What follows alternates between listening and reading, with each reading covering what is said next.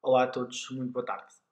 O meu nome é Rafael Pereira e eu estou aqui hoje para conversar convosco sobre como apoiar alunos com dificuldades. Antes de mais, eu queria agradecer o convite que a Leia me fez para poder estar a partilhar convosco algumas sugestões, algumas orientações, mas eu gostava de vos dizer, acima de tudo, uma coisa muito importante, a dizer-vos que me sinto muito orgulhoso de ser professor, sempre senti, e nesta fase que todos atravessamos, mais ainda. Acima de tudo, porque com aquela capacidade que eu sempre percebi que nós temos de nos reinventar, estamos a fazê-lo diariamente, estamos a fazê-lo a cada dia, e foi isso que fizemos num curto espaço de tempo perante as necessidades e perante aquilo que era exigido. E, portanto, estamos todos de parabéns, não para recebermos uma medalha, efetivamente, mas, acima de tudo, para mostrar que sempre nos reinventámos e sempre que fomos capazes, ao longo deste tempo, de nos adaptar a estas novas necessidades que vão surgindo, esta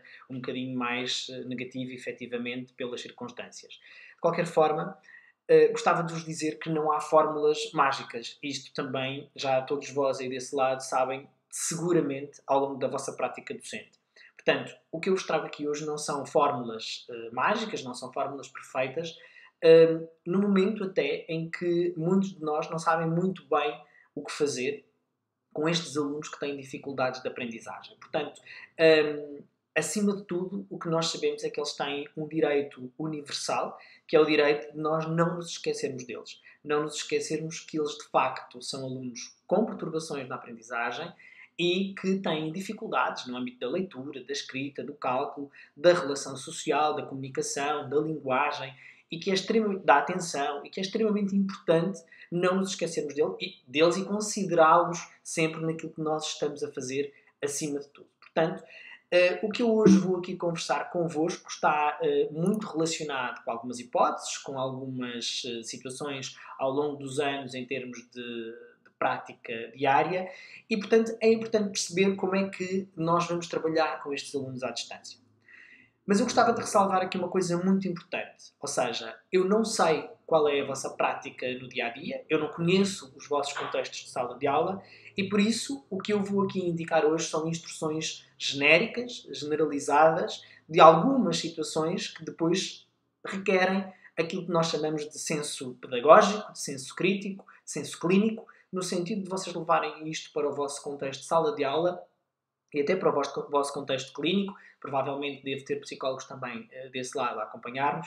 E, portanto, é importante que depois cada um analise a realidade dos seus alunos, do seu contexto, da sua turma, para fazer uma adaptação daquilo que eu vou aqui dizer. Portanto, acima de tudo, este senso crítico, este senso pedagógico é fundamental. Portanto, quando nós pensamos em trabalhar com estes alunos à distância, eu não sei se vocês têm dois alunos disléxicos na sala de aula, se têm um PHDA, se têm um autista e, portanto, eu não vou particularizar, vou, acima de tudo, generalizar e vocês têm que fazer esta adaptação à vossa prática. Acima de tudo, nós estamos perante uma vantagem enorme neste momento. Sim, é verdade. Estamos perante uma grande vantagem.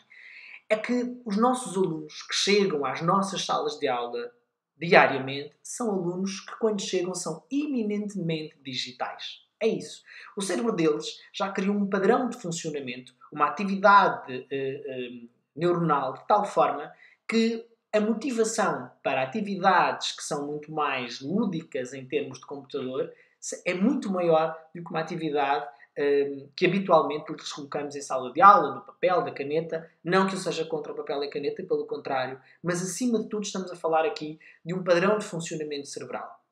E este padrão de funcionamento cerebral tem uma ativação de um maior número de circuitos neuronais que vai captar muito mais a atenção dos alunos. E, portanto, neste momento, nós temos que retirar do aspecto que supostamente é um aspecto negativo, retirar algo positivo também. Este algo positivo é que vamos poder passar a dar aulas a estes alunos, vamos poder passar a trabalhar com estes alunos, por força das circunstâncias, obviamente, de uma forma que o cérebro capta muito mais informação. Portanto, percebam o quanto isto é absolutamente fantástico por este lado. Depois, também, explicar-vos aqui um pouquinho esta questão do funcionamento cerebral. Assim, muito rápido.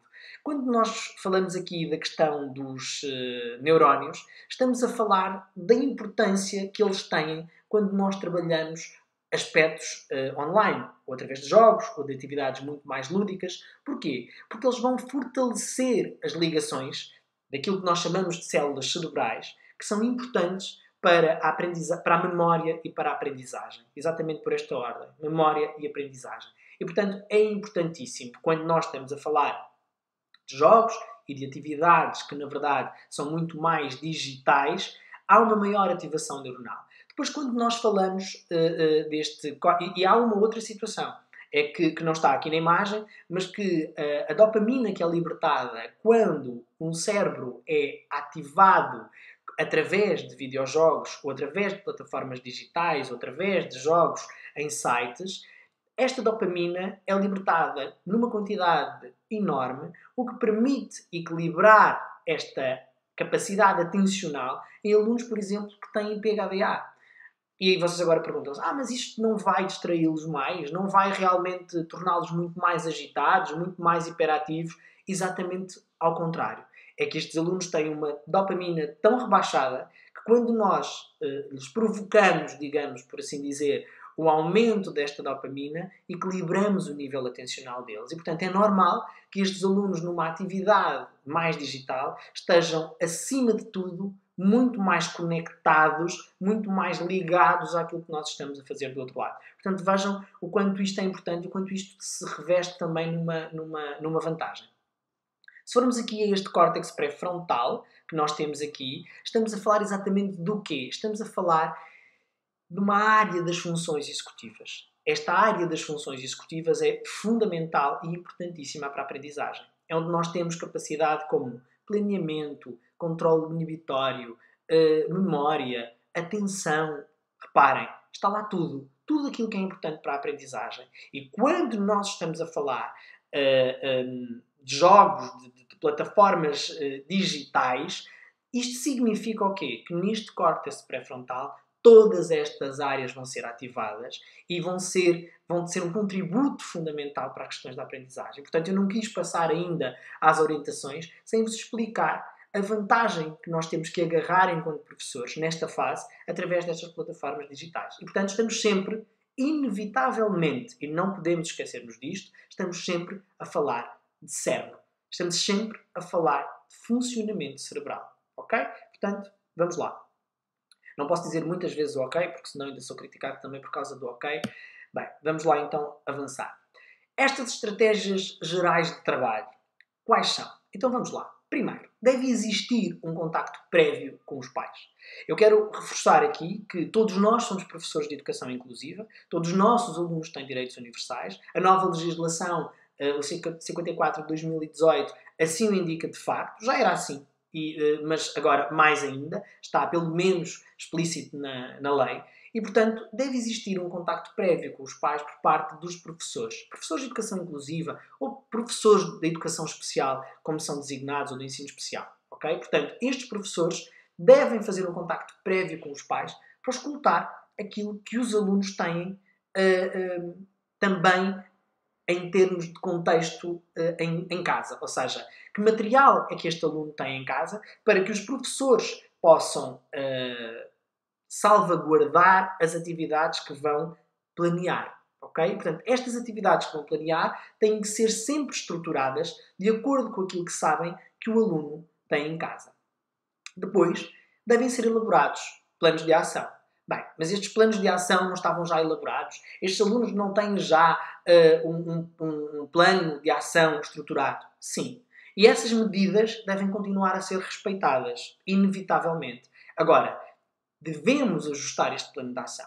O plano de ação que nós tínhamos, o plano de ação com este aluno, estes planos específicos para estes alunos, eram direcionados ao contexto de sala de aula, em que a casa era o suporte, a família era o suporte. E agora estamos aqui um bocadinho ao contrário. É que realmente tudo acontece em casa. E nós não podemos esquecermos de uma coisa fundamental. Os pais não estão de férias. Os pais estão também a trabalhar. E, portanto, já vou falar disto um bocadinho mais à frente. Ok? Portanto, elaborar planos de ação. E estes planos de ação devem sempre considerar, como eu acabei de vos dizer, que já existem planos elaborados para estes alunos e que têm que ter uma adaptação face a esta realidade atual. Este plano tem como objetivo, acima de tudo, chegar a todas as crianças e a todos os alunos de uma forma adequada. Vamos ter que o adaptar, vamos ter que o ajustar de acordo com as necessidades e perceber, e por isto o primeiro contacto com os pais é fundamental, perceber o contexto em que este aluno está inserido. Fica sozinho, os pais estão em teletrabalho, os pais podem dar suporte, não podem. O horário que está estabelecido para o contacto com estes alunos é um horário que privilegia a possibilidade dos pais estarem presentes e isto tem que estar tudo pensado, ok?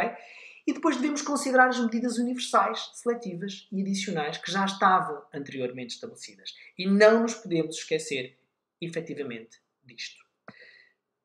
O papel dos professores é fundamental, sejam professores da educação especial ou da educação inclusiva, é um papel absolutamente fundamental. É preciso estabelecer contacto com os diretores de turma, com os professores titulares de turma, com os educadores de infância, no sentido de haver um trabalho cooperativo, um trabalho de responsabilização mútua para, acima de tudo, e reparem estas duas palavras que eu vos vou dizer que são fundamentais, para que exista uma diferenciação pedagógica. Ela não pode estar só no papel.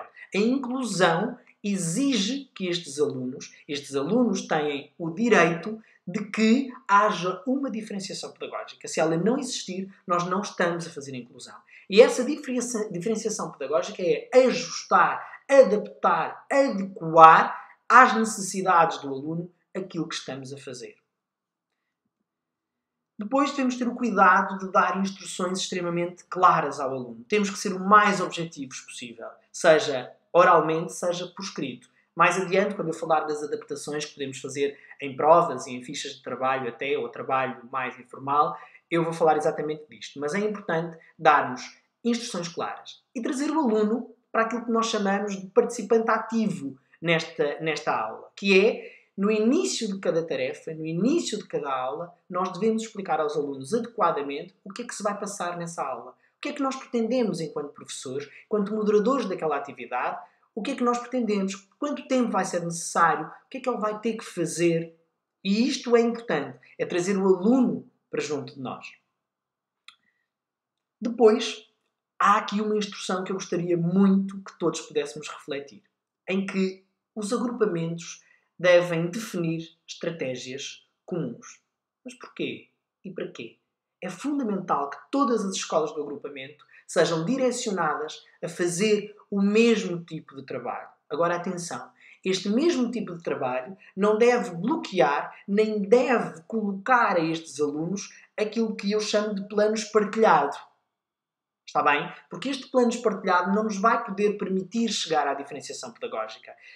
Porquê? Porque cada cérebro é distinto, cada cérebro é diferente na sua problemática, logo, cada criança é completamente diferente na forma, nos meios de aprender e na sua própria realidade académica. Portanto, cada um tem capacidades muito específicas que nós precisamos de atender, que nós precisamos de nos preocupar e que não podemos esquecer essas capacidades específicas para adaptar e ajustar estes planos. Portanto, como eu disse, os agrupamentos devem definir estratégias comuns, mas sem nos esquecermos que estes planos não podem ser iguais para todos os alunos. Eles têm que nos dar, a nós, enquanto professores, uma margem de manobra para um ajuste, para uma adaptação. Não fiz esta tarefa, mas vou fazer esta. E esta vai-me permitir chegar a esta. Ao mesmo tempo que os outros, efetivamente que não. Nós sabemos disso. Mas sabemos, na realidade, que podemos lá chegar. Mais tarde, sim, com certeza. Mas podemos lá chegar. E podemos, efetivamente. Isto não é um discurso livresco, não é um discurso apenas científico. É um discurso, na verdade, em que, na realidade, comprovadamente, estes alunos conseguem lá chegar mais tarde. Obviamente, com as estratégias diferenciadas, com esta diferenciação e com a capacidade de nós, professores, entendermos uma coisa fundamental. É de que estes planos estão em permanente ajuste. Eles estão lá, estão escritos, devem ser respeitados, devem ser atendidos. Mas, na verdade, devem ser também alterados sempre que possível. Já no dia seguinte, se tivermos necessidade. 2 horas depois, com certeza, porque eu percebi, enquanto professor, que este plano que eu elaborei não está devidamente ajustado. E, portanto, eu posso adaptá-lo, nem que seja 1 hora depois. Mas está escrito, foi assinado, com certeza. Mas eu senti necessidade justificada de fazer esta alteração. considerando aquilo que o aluno precisa de aprender.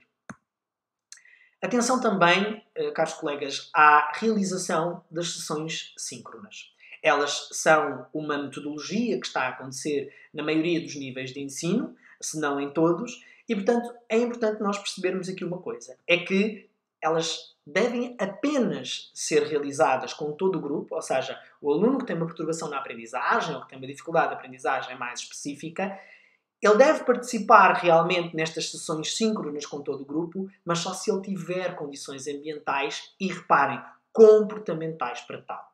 Porque, na realidade, se isto não existir, nós não conseguimos realmente fazer este trabalho. E, portanto, é importante, nós conhecemos melhor do que ninguém os nossos alunos, e, portanto, conhecendo-os, é importante, num trabalho com o professor da educação especial, perceber se este aluno vai ter capacidade ou não para conseguir estar num grupo. Portanto, eu não posso pedir, por exemplo, a um aluno com autismo mais severo, ou um aluno até com uma PHDA, que consiga estar numa sessão síncrona, do princípio ao fim, sem ter necessidade de se levantar, sem ter necessidade de falar, sem ter necessidade de se manifestar. Portanto, e nós temos que analisar isto cuidadosamente. Portanto, apenas e só se o aluno tiver condições ambientais e comportamentais para as realizar. Se não for possível, há trabalho alternativo, que eu vos vou mostrar aqui, que pode ser feito. Os alunos que não possam assistir em conjunto, como eu estava a dizer, com o grupo, não é? Em conjunto com o grupo, devem-se realizar sessões individualizadas. Portanto, deve ser marcado um horário com estes alunos para um atendimento com o professor da educação especial, por exemplo.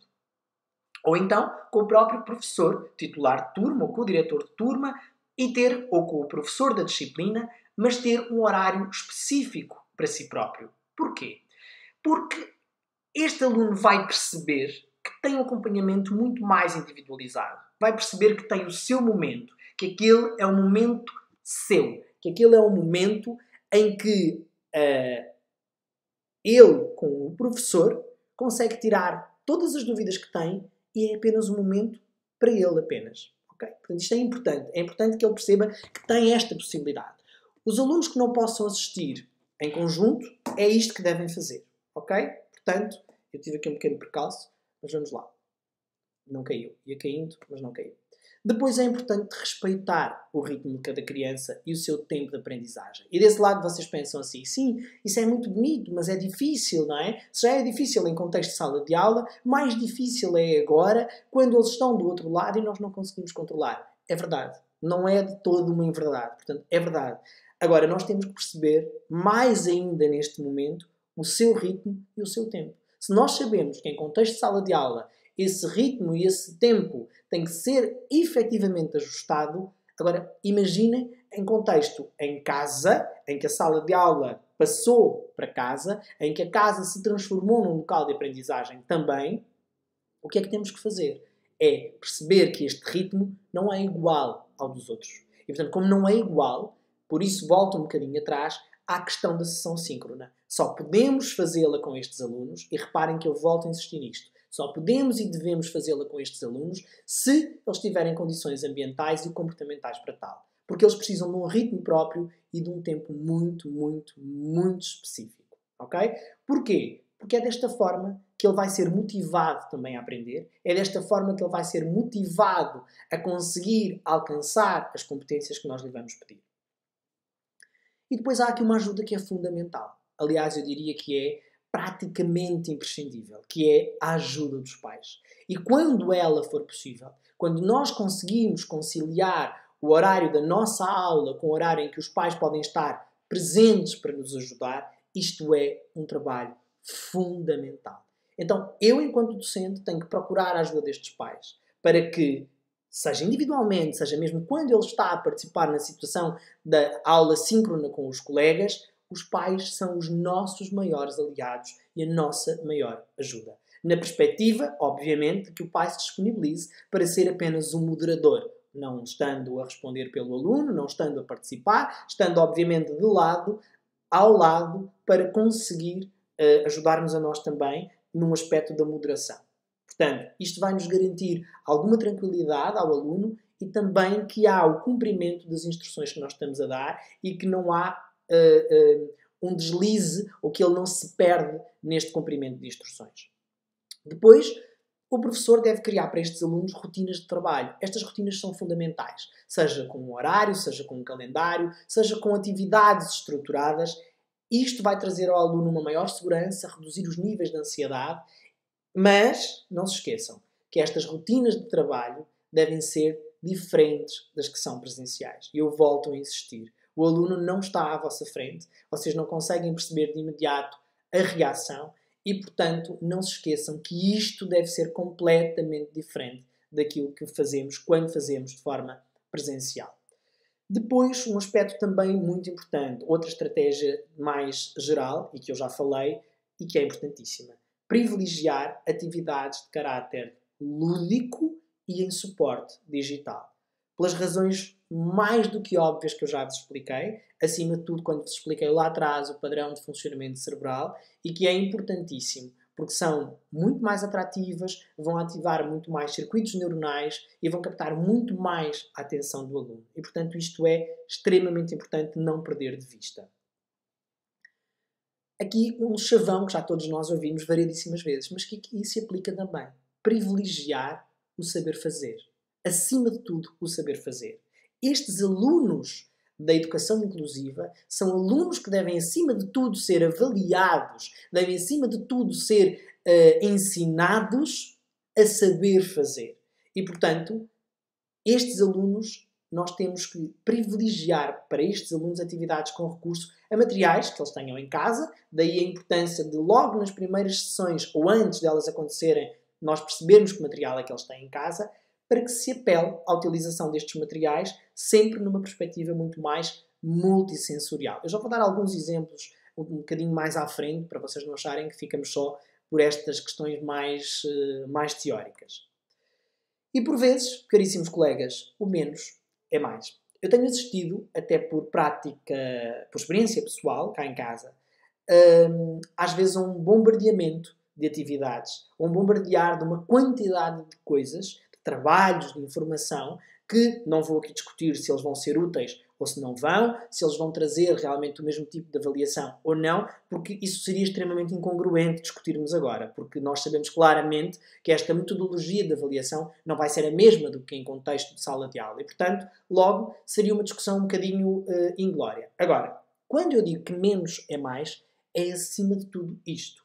É não atolar, não bombardear os alunos com excesso de informação ou com trabalhos que podem gerar stress, ansiedade, está certo? Com uma limitação na realização dos mesmos, com um trabalho com um tempo muito curto. Volto a repetir, estes alunos têm uma capacidade de aprendizagem efetivamente, mas com um ritmo mais lento. Têm o seu ritmo. Chegam lá, mas no seu ritmo. E, portanto, a consequência de trabalhos em excesso, de trabalhos que eles não percebem a importância, que isto também é fundamental, eles não perceberem a importância, porque às vezes os trabalhos são enviados sem a explicação de qual é o contexto em que eles estão inseridos, e isto é fundamental, é a não realização dos mesmos. Ou seja, a consequência a estes alunos, principalmente numa fase em que eles já são um bocadinho mais jovens, ou até adolescentes, é a recusa na realização ou fazerem trabalhos sem o mínimo de brio ou o mínimo de conteúdo possível. E, portanto, devemos zelar para que isto não aconteça.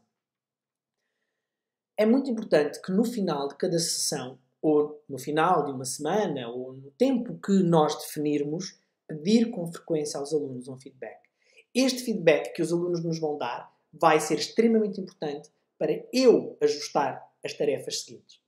Se eu tiver um feedback do aluno de que a tarefa foi muito extensa, de que ele não teve tempo para realizar, que foi fácil demais, ou que realmente teve dificuldade num determinado ponto, mas não teve em outro, eu, enquanto professor titular de turma, enquanto professor de uma disciplina, vou, acima de tudo, conseguir ajustar na atividade seguinte. Portanto, este feedback pode ser feito no final da sessão, com este aluno, ou pode ser feito através de um questionário online, ou através de perguntas que nós possamos fazer e que ele responde, onde nós vamos perceber claramente. Ou até mesmo a própria verbalização por parte do aluno à pergunta: como é que correu a sessão de hoje? Onde é que tu sentiste mais dificuldade? E o que é que foi mais fácil para ti? Basta isto para nós conseguirmos perceber como é que ajustamos na sessão seguinte.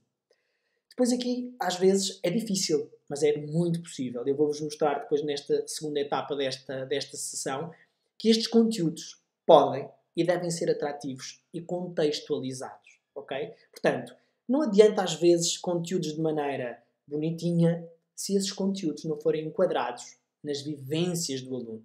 E quando nós estamos a falar de alunos com perturbações na aprendizagem, é exatamente isto que é importante. É levar a estas vivências, a esta contextualização. Reparem, o nosso cérebro tem um padrão de funcionamento em que, em primeiro lugar, ele só ganha interesse por aquilo que lhe faz sentido. E depois de ganhar esse interesse, ele está disponível para essa aprendizagem, mas se essas atividades estiverem contextualizadas. E nós sabemos que a maioria do nosso ensino não está direcionado para essa contextualização. E, portanto, temos agora nós aqui a oportunidade, quando estamos a fazer uma aula online, quando estamos a trabalhar com este aluno que sabemos que ele está em casa, é apelar àquilo que são as vivências do aluno para chegarmos aos conteúdos. E isto é fundamental em termos de padrão e de funcionamento cerebral. Não se esqueçam disto. Quando o aluno participa na aula em grupo, o docente deve reservar um tempo no final para conversar só com este. Portanto, se a aula tiver 70 minutos, eu peço que no final vocês reservem mais 15 para conseguir conversar só com este aluno. Para que ele não sinta que isto lhe está a ser feito juntamente com o grupo, porque há alunos que não se sentem bem com esta situação, há alunos que sentem que estão a ser diferentes e não gostam disso. E, portanto, no final da aula, já previamente combinado, há uma ligação com o aluno no sentido de perceber o que é que este aluno entendeu, não entendeu, retirar as dúvidas daquela sessão síncrona. Mesmo aqueles alunos que conseguiram estar, e é para estes que eu estou a falar também, porque reparem, aqueles em que vocês entram em contacto e já têm no final apenas uma sessão individual com eles, já fizeram isto. Agora, aqueles alunos que conseguem até fazer a sessão síncrona, estou, por exemplo, a falar de uma dislexia não severa, ou de uma PHDA não severa, ou de um autismo leve, em que os alunos conseguem, de facto, assistir à sessão síncrona do princípio ao final, é importante que reservem um tempo para, no final, falarem com estes alunos. Está bem? E também é possível que o encarregado de educação, se ele esteve presente no momento da sessão, que ele esteja também presente neste momento de feedback. Volto a dizer, os pais são, neste momento, os nossos, ou devem ser, ou deveriam ser, os nossos maiores aliados nestas sessões com os alunos. Depois, o professor da educação inclusiva, neste caso eu estou-me a referir ao professor da educação especial, deve elaborar as adaptações necessárias aos alunos que dela necessitem. Portanto, estas adaptações são necessárias. Não há discussão sobre isto. São extremamente necessárias. E ninguém melhor do que o professor de educação especial para conseguir fazer isto. E, portanto, eu já vou dar algumas ideias, algumas sugestões mais adiante, mas é este professor que deve fazê-las, que deve remetê-las ao professor titular, ou ao professor da disciplina, ou ao diretor de turma, como eu disse lá atrás nos slides iniciais, ou ele próprio fazer a aula individualizada, se houver essa possibilidade, com estes alunos. Então vamos sim aos exemplos, que eu sei que desse lado era o que vocês mais estavam a desejar. Por exemplo, na entrevista inicial com a família, é importante perceber a dinâmica familiar atual desta família, deste contexto. Se a maior atividade é de manhã, se é à tarde, como é que funciona, como é que é à noite, a que horas é que ele se deita, a que horas é que ele acorda, que atividades é que ele realiza para além das atividades da escola, porque me parece que em determinado momento também se esqueceu que estes alunos, aliás, isto era um esquecimento existente, não é? Que estes alunos também precisam de brincar, de socializar, de fazer outras coisas, que não seja só também as atividades escolares, e parece-me que na elaboração de alguns dos horários destes alunos atualmente também nos esquecemos, infelizmente, disso. E daí eu apelar que haja uma uniformização na adoção de medidas e destes horários, porque me parecem às vezes um bocadinho também muito extensos ou com uma demasiada carga para eles próprios e até para os próprios professores. Que também não podemos esquecer, nós também estamos em casa, nós também estamos a fazer teletrabalho, nós também temos a nossa vida familiar, também temos que fazer jantar, também temos que fazer almoço, também temos que fazer essas coisas todas, arrumar casa, não é? Temos que fazer isso tudo. E na elaboração destes horários, isso também foi esquecido. E não pode ser.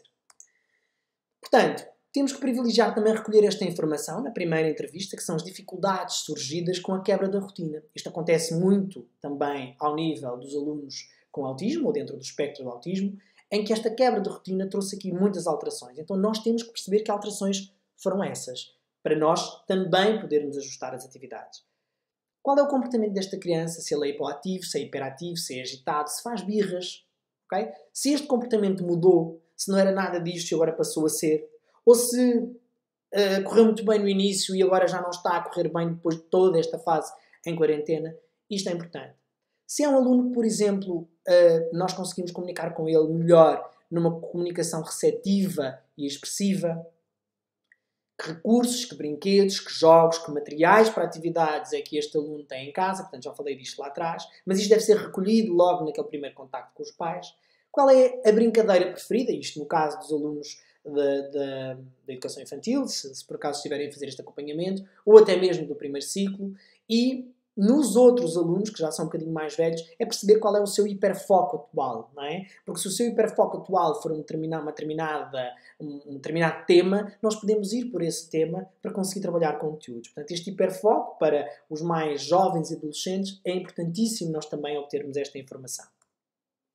Por exemplo, eu tenho aqui um plano de orientação que é apenas um modelo, não tem que ser necessariamente assim, não é um modelo espartilhado, como eu dizia há pouco, mas é um plano de orientação que pode ser enviado para os pais, para que os pais também nos ajudem a fazer determinadas atividades. Porquê? Porque o professor de educação especial pode não ter horário, o professor titular pode também não ter horário naquele momento, e portanto, se conseguirmos enviar algumas atividades para que os pais possam realizar, perfeito. Se os pais tiverem essa disponibilidade, melhor ainda. Reparem, temos o objetivo da semana, pode ser o objetivo do dia, pode ser o objetivo da semana, pode ser o objetivo do mês. O importante é que esse objetivo esteja lá e que estas atividades sejam realizadas sob a supervisão de um adulto. Está bem? Por exemplo, na atividade 1, faz o que eu faço. Auxiliar a aprender através da imitação. Eu não vou explorar muito estas atividades, ela vai ficar aqui, vocês vão poder vê-la, lê-la, relê-la, se tiverem necessidade, mas aqui é o auxílio da aprendizagem através da imitação. E esta pode ser uma atividade muito mais direcionada para alunos dentro do espectro do autismo, que não sejam verbais, por exemplo. Está bem? Depois aqui nesta atividade 2, em que nós vamos trabalhar a motricidade fina, por exemplo. Esta motricidade fina, obviamente para alunos que tenham até às vezes questões de uma disgrafia ou uma perturbação de aprendizagem da escrita no âmbito gráfico, é importantíssimo e, portanto, temos deste lado o material que é necessário e qual é a orientação que nós damos aos pais. Ok? E, portanto, como é que esta atividade pode ser feita? Estas atividades que eu estou aqui a mostrar são atividades que nós enviamos para os pais e que eles possam também realizar em casa.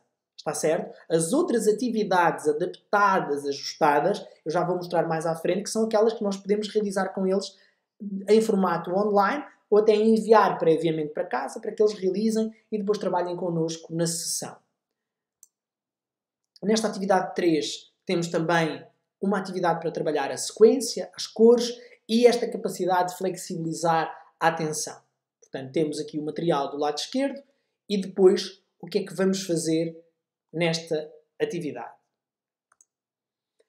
Como é que nós adaptamos provas e instrumentos? Estes instrumentos que nós vamos enviar para estes alunos têm que ser adaptados, colegas. Não há a mínima dúvida disto. Se já era uma necessidade, e muitas vezes esta adaptação só existia, e também às vezes a muito custo em contexto de sala de aula, estas adaptações agora têm que existir para todas as atividades que enviamos ao aluno. Para todas as fichas, para tudo aquilo que estamos a remeter. Porquê? Porque quem está do outro lado com ele não é profissional da educação. Os profissionais da educação somos nós. E como profissionais de educação que somos, temos acima de tudo que zelar para que a atividade que chega ao outro lado chegue adaptada. Então vamos lá. Em primeiro lugar, as perguntas devem ser objetivas e diretas. Eu vou-vos dar exemplos, sempre que eu referir aqui alguma situação. Reparem, o que é que nós temos aqui? Temos um problema matemático em que temos quase que uma novela. Reparem, os pais da Joana foram às compras, ela decidiu ir com eles para os ajudar, tinham que comprar muitas coisas e ela precisava de ajudar.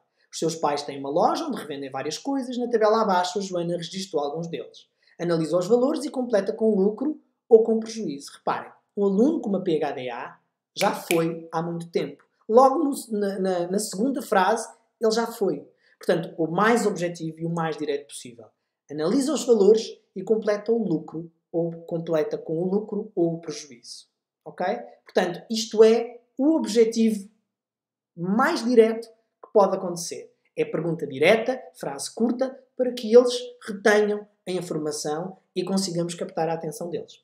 Está certo? Outra premissa. Assinalar as palavras-chave ou a parte mais importante da questão. Isto é fundamental muitas vezes para alunos com dislexia, com PHDA e com déficit cognitivo.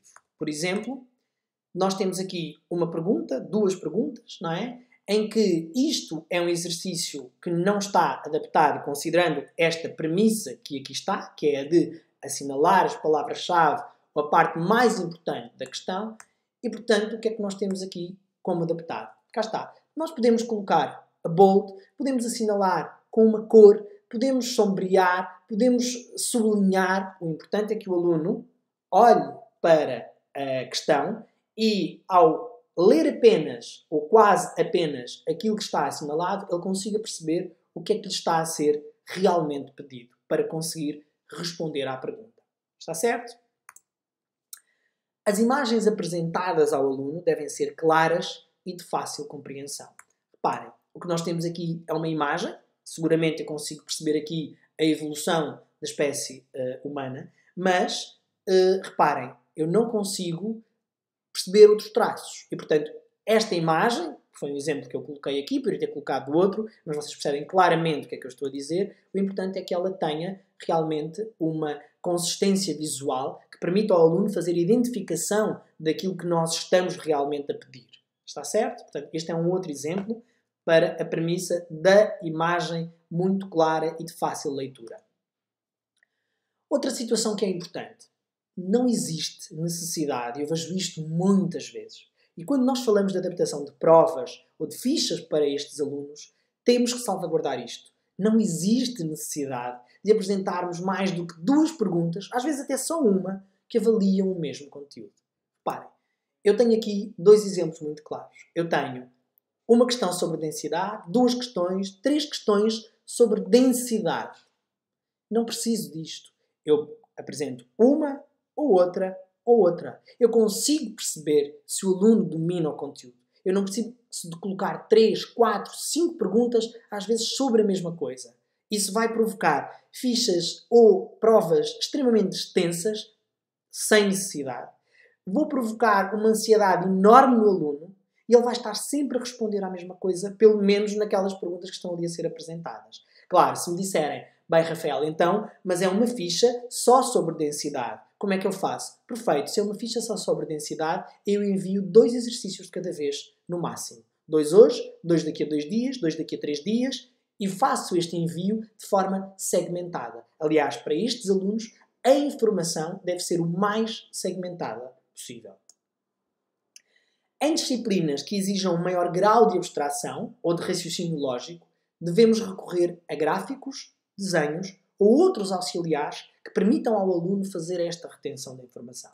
Reparem, o que eu tenho aqui é um problema de matemática, qual é a área de um retângulo, que tem uma determinada medida de largura e que tem uma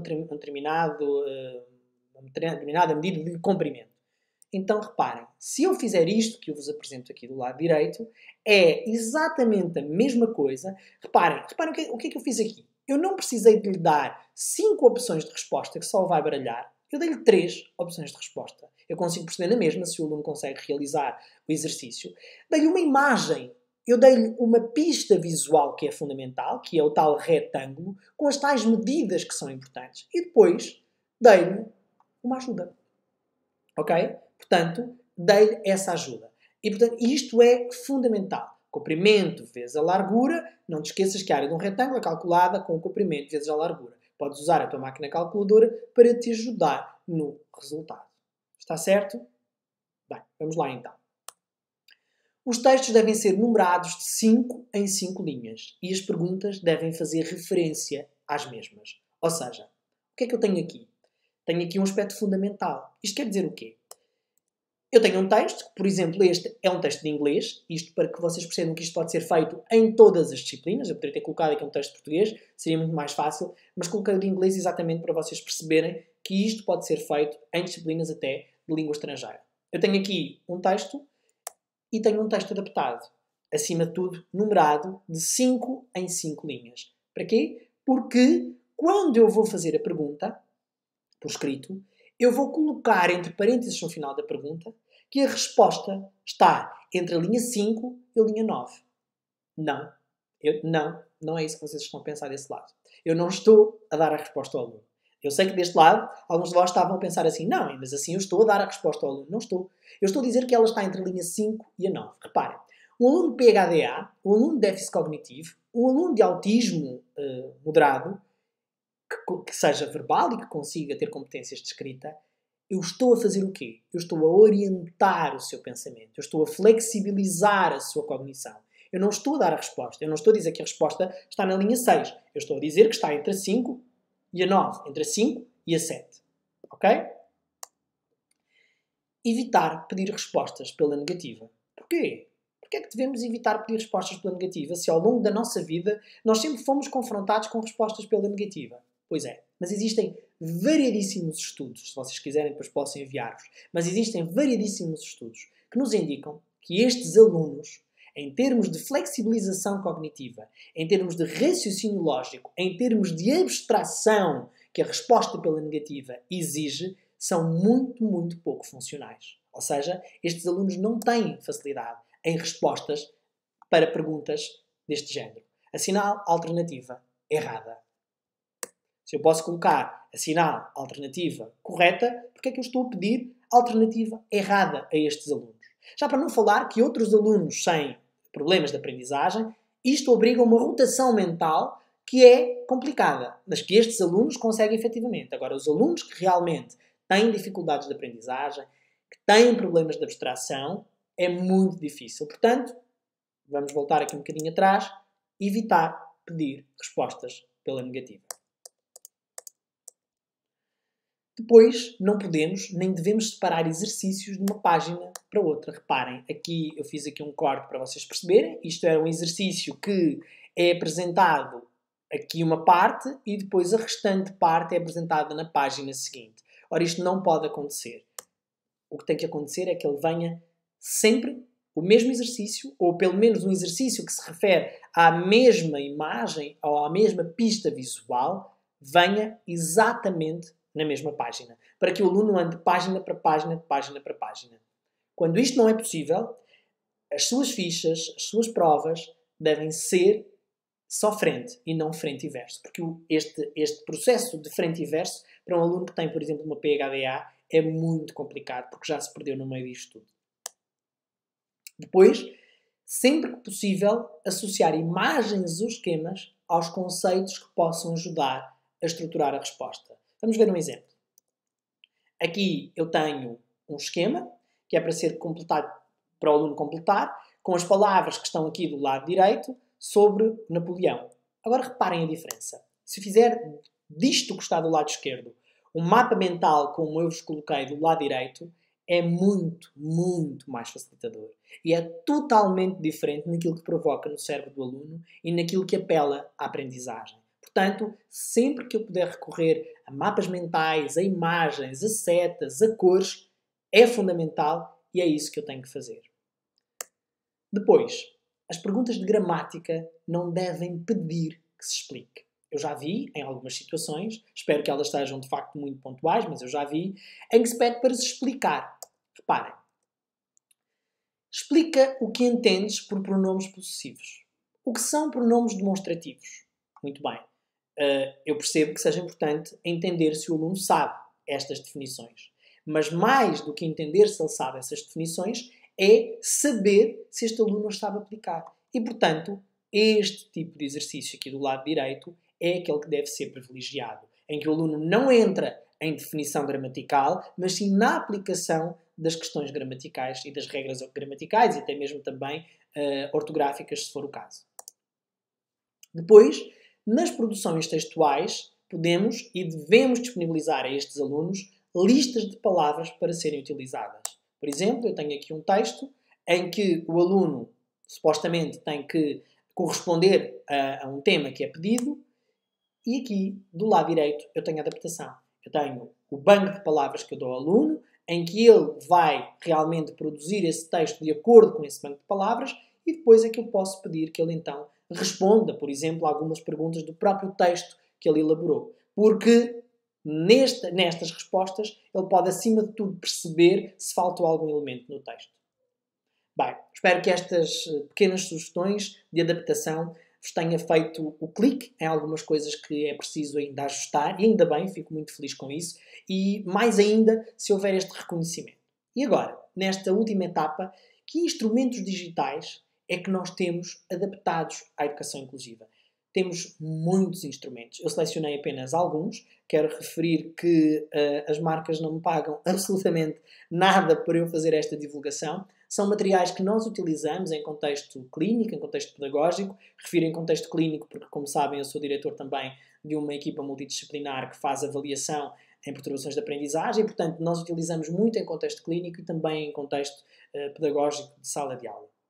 Reparem, temos este aplicativo, que é o Aramumu.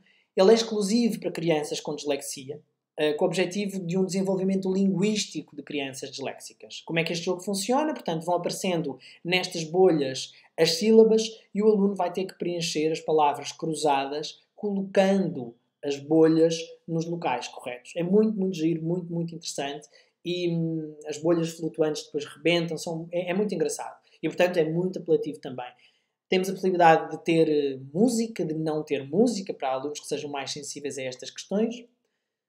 Depois temos o app Balloons. Este app Balloons pretende o quê? Estimular movimentos lógicos, em que ele vai ter que rebentar balões de acordo, às vezes com a cor, com a própria forma, em se eles são mais cheios ou mais vazios, e treinar o raciocínio lógico quando em determinado momento o próprio jogo nos pede para fazer determinados puzzles. Mas isso é muito simples, Rafael. Isso é muito básico. Sim, aqui nós temos que falar daquilo que é o mais básico, porque nós temos alunos desde o primeiro ciclo, até aquilo que é realmente mais complexo, que eu também já vou falar. O que aqui se pretende é estimular o raciocínio lógico e os movimentos lógicos. E, portanto, isso pode acontecer em qualquer idade, ou essa necessidade pode acontecer em qualquer idade. Depois temos um app do Google, que é o Brailleback. Este Brailleback funciona juntamente com uma aplicação chamada Talkback, em que nós falamos ou podemos escrever aqui e ele vai transformar em Braille aquilo que nós dissemos. Portanto, temos aqui um jogo de Braille que nos permite trabalhar com alunos que tenham baixa visão ou cegueira e que realmente é muito, muito, muito interessante. Está bem? Portanto, ele oferece uma experiência combinada de Braille e de voz. Depois temos este também, que é o Magic Contact, que é um aplicativo que tem o foco na comunicação alternativa e aumentativa. É muito, muito interessante. Ele foi criado para pessoas com afasia, reparem. Quando eu digo pessoas, estou a falar também, obviamente, do público que nos é aqui mais dirigido. Portanto, com afasia, com ela, com paralisia cerebral, com perturbações do espectro autismo. Portanto, é muito interessante, reparem, esta vai ser a configuração inicial que vos aparece e que depois nós temos tabelas de comunicação, texto para voz, temos o comando da televisão está aqui, não é? Portanto, é muito, muito interessante. Temos o Pictotéia, como o próprio nome indica, ele é destinado a crianças com transtorno, ou jovens, ou do transtorno do espectro do autismo, com transtorno global de desenvolvimento, em que, acima de tudo, vamos utilizar pictogramas, em vez das comuns cartas, para esta comunicação de forma alternativa e aumentativa. Está certo? Portanto, é muito, muito interessante também. Pode funcionar no tablet, pode funcionar no iPad, pode funcionar em vários, no telemóvel, em vários suportes. Depois temos o ModMath. Este ModMath é para crianças e jovens, para resolverem problemas matemáticos sem usar o lápis ou papel. É tudo resolvido aqui neste suporte digital, usando um touchpad que pode estar integrado e todas as operações que são realizadas depois podem ser enviadas via e-mail. É muito, muito interessante. O Build It Up é um jogo que ajuda a desenvolver a percepção visual e as capacidades motoras, em que a criança tem que arrastar, ou o jovem tem que arrastar, pela ordem lógica, e este é apenas um exemplo que aqui está, para uma sequência ordenada. Em termos de tamanho, às vezes pode ser de cor, e portanto é um dos jogos, se vocês forem a myfirstapp.com, tem variedíssimos jogos que eles disponibilizam também gratuitamente para se poder trabalhar com estas crianças. Depois temos o aplicativo Capicua. Este aplicativo Capicua, da minha querida amiga Clara, trabalha competências leitoras através da consciência fonológica. É muito interessante, portanto ele vai trabalhar, está dividido em 4 categorias, portanto consciência da palavra, da sílaba, da intrassílaba e do fonema. Portanto, consciência da palavra, consciência silábica, consciência intrassilábica, consciência fonémica. E portanto é muito, muito, muito interessante. Portanto, reparem, nós conseguimos depois fazer aqui a opção do que é que nós queremos. Se é a segmentação, a identificação, a correção, a ordenação. E é muito, muito interessante.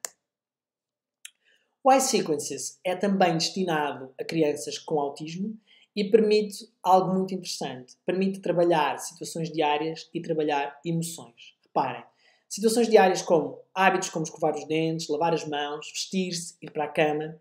Atividades divertidas como ir à praia, ao cinema, praticar desporto, em que a criança tem, por exemplo, nesta tela que eu coloquei aqui, ele vai ter que adivinhar destas 3 que aqui estão, face a esta sequência, e daí o jogo se chamar iSequences, o que é que iria acontecer de seguida. Depois gostava de partilhar convosco um site que para mim é uma enorme surpresa, que é o site da Cercifap, portanto www.cercifap.pt, que tem uma quantidade de recursos. Tem recursos online e recursos para download. Reparem. Online e download. Portanto, o que é que nós temos aqui?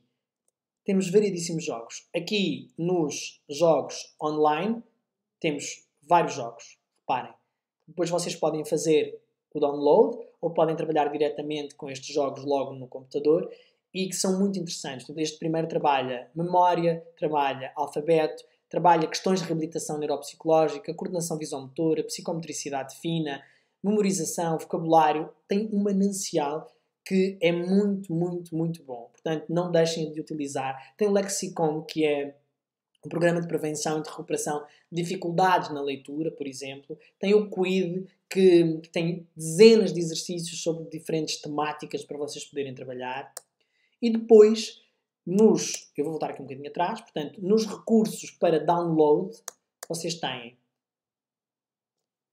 o trabalho de cores e grafismos, com todos estes jogos que aqui estão, o trabalho de espaço e tempo, acertar o relógio, blocos, formas, hora a hora, que horas são, sapo saltador. Tem atividades de jogar, de ler e escrever, magnetos de letras, provérbios, sopas de letras. Tem depois um outro que é para trabalhar as questões matemáticas de números e figuras. Reparem, tem uma quantidade de jogos para que vocês possam trabalhar estas questões matemáticas também. Tem o item Observar e Conhecer, que também é fundamental e que eles trabalham questões muito mais do estudo do meio, das ciências, da geografia, Formação de Portugal, Corpo Humano, União Europeia de 2002. Reparem, tem aqui várias coisas que obviamente depois têm que fazer a triagem daquilo que vos interessa e daquilo que realmente é mais direcionado às vossas crianças. Tem o Puxar pela Cabeça, que é literalmente em alguns jogos puxar pela cabeça, e portanto é muito, muito interessante. Tem o Tangram, as Torres de Hanoi, que são também testes que se utilizam às vezes até em avaliação neuropsicológica, portanto é muito, muito interessante. Trabalhamos o raciocínio e o cálculo, aqui também com esta parte. A lógica, o cada um na sua vez, que permite trabalhar também questões de flexibilidade cognitiva, de inibição, agora jogo eu, agora jogas tu, que às vezes é muito difícil nestes alunos também. O ver e descobrir, que vai apelar aqui às questões da percepção e do processamento visual, que são tão importantes para a aprendizagem e que às vezes está muito alterada nestes alunos também. E depois um site que também é muito interessante. Reparem, no www.worldworld.net vocês podem criar os vossos próprios recursos didáticos. Portanto, têm uma parte em que fazem uma subscrição gratuita, embora haja uma paga também, mas fazem uma gratuita, iniciam a sessão com os vossos dados e têm a possibilidade de criar as vossas próprias tarefas. Mas com uma vantagem. Têm a possibilidade, porque isto é uma comunidade de partilha, reparem, tem aqui o item comunidade, é uma comunidade de partilha onde vocês podem, acima de tudo, também ter acesso a outras atividades, que outros colegas já produziram. Reparem, meios de transporte, quiz sobre era uma vez, consoante, consoante vogal, consoante vogal, consoante. E isto sempre na perspectiva do quiz, de roleta, de puzzles, de descoberta de frases. É muito, muito, muito, muito atrativo. E os alunos aderem muito bem e correspondem muito bem a este tipo de atividades. Portanto, aqui vocês têm para a área do português. Aqui vocês continua a questão do português. Reparem, organização frásica, sílaba inicial, som PT, PTL, evocação semântica. E aqui tem atividades de matemática também. Reparem, são várias. Isto para vos dizer o quê? Que conseguem encontrar para todas as disciplinas neste site. Reparem, aqui temos para inglês, por exemplo. Trouxe para vocês perceberem que a língua estrangeira não é esquecida e, portanto, que aqui está também. E depois tem no site da Direção-Geral de Educação o manual de apoio aos professores e às escolas, que foi lançado em 2018, com muitas atividades também e com muitas orientações de sites para trabalhar com estes alunos. Portanto, em termos de recursos informáticos, não temos qualquer desculpa para não os utilizar. Estes alunos cerebralmente preferem-nos, isso está mais do que provado, e nós vamos ser o professor que, na verdade, vai ao encontro desta necessidade e deste funcionamento cerebral. E, portanto, neste site vocês vão encontrar também esse recurso. Eu coloquei aqui o índice. Reparem, em determinada altura vocês vão ter recursos específicos de apoio à aprendizagem e inclusão, a partir da página 49, e a partir daí é só desfrutarem daquilo que o próprio Ministério da Educação também nos indica para poder ser utilizado para trabalhar com estas crianças. Em relação às dúvidas e questões colocadas, nós fizemos apenas a seleção de algumas perguntas que vocês nos enviaram. Foram muitas, porque os participantes também são muitos, e fizemos apenas alguma seleção de algumas dúvidas e de algumas questões colocadas, porque não podíamos responder a todas, porque muitas das que foram colocadas nós já respondemos atrás, ou já respondi atrás naquilo que vos venho a dizer. E temos aqui uma primeira que diz assim: de que forma se poderão fazer estas sessões com alunos autistas que não possuem oralidade? Ora, apesar de eu já ter falado sobre isto, eu quis colocar aqui esta pergunta para voltar a reforçar. Estes alunos autistas que não possuem oralidade e que não conseguem estar numa sessão síncrona, eles não podem participar nesta sessão síncrona. Portanto, isto é o ponto número 1. Esta sessão síncrona, quando eu digo sessão síncrona, é com todos os alunos, com o grupo da turma. Eles devem participar, sim, nesta sessão, juntamente só com o encarregado de educação ao lado, se for possível, mas juntamente com o professor de educação especial que o vai orientar nas tarefas. Se estes alunos não possuem oralidade, aqui é a altura mais do que fundamental de pedir ajuda também dos pais e conseguir encontrar um horário que vá ao encontro daquilo que estes pais podem fazer e no horário em que podem fazer. Portanto, é fundamental que exista esta tríade profissional. O professor titular de turma, o diretor de turma ou o professor da disciplina, e os pais, para que este trabalho seja um trabalho de articulação, para que depois consigamos realmente chegar ao aluno. Como comunicar à distância com casos de alunos abrangidos pelas medidas seletivas e adicionais? Papel dos psicólogos escolares e de inclusão neste ensino à distância.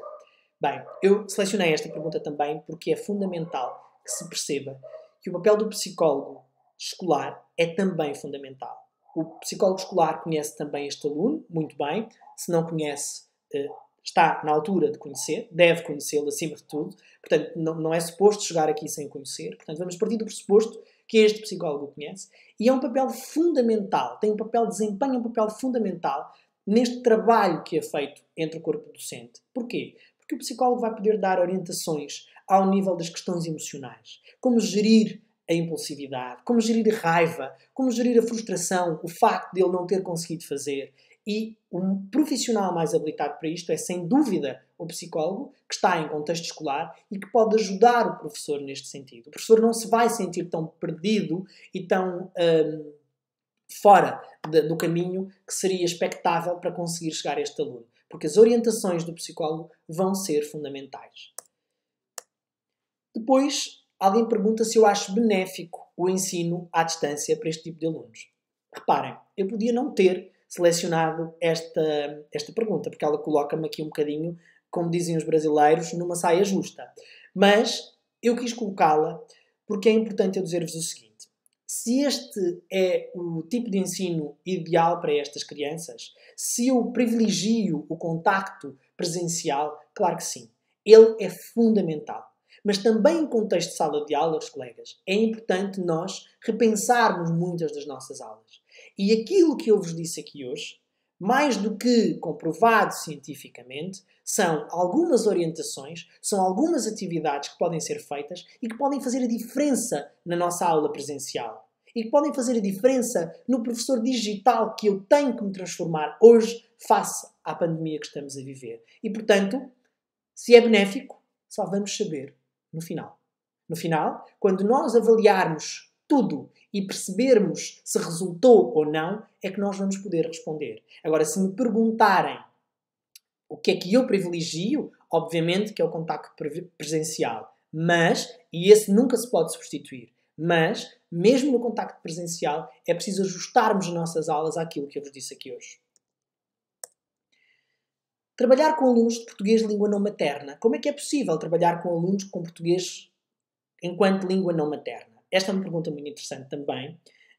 Não é uma área fácil, mas já existem muitos materiais e a Leia, nós produzimos já há 2 anos seguidos com o dossiê do professor, o dossiê da diferenciação pedagógica, onde privilegiamos sempre um separador com atividades para alunos com português como língua não materna. Reparem, aqui vocês têm várias atividades, têm psicomotricidade, consciência fonológica, raciocínio lógico-matemático, estimulação cognitiva, atenção e depois, para os alunos com necessidades educativas especiais, temos aqui o português língua não materna, ok? Portanto, onde nós temos aqui este português língua não materna, que ainda que não estejamos a falar de um aluno com uma necessidade educativa especial, é um aluno que tem uma necessidade que deve ser também privilegiada por nós.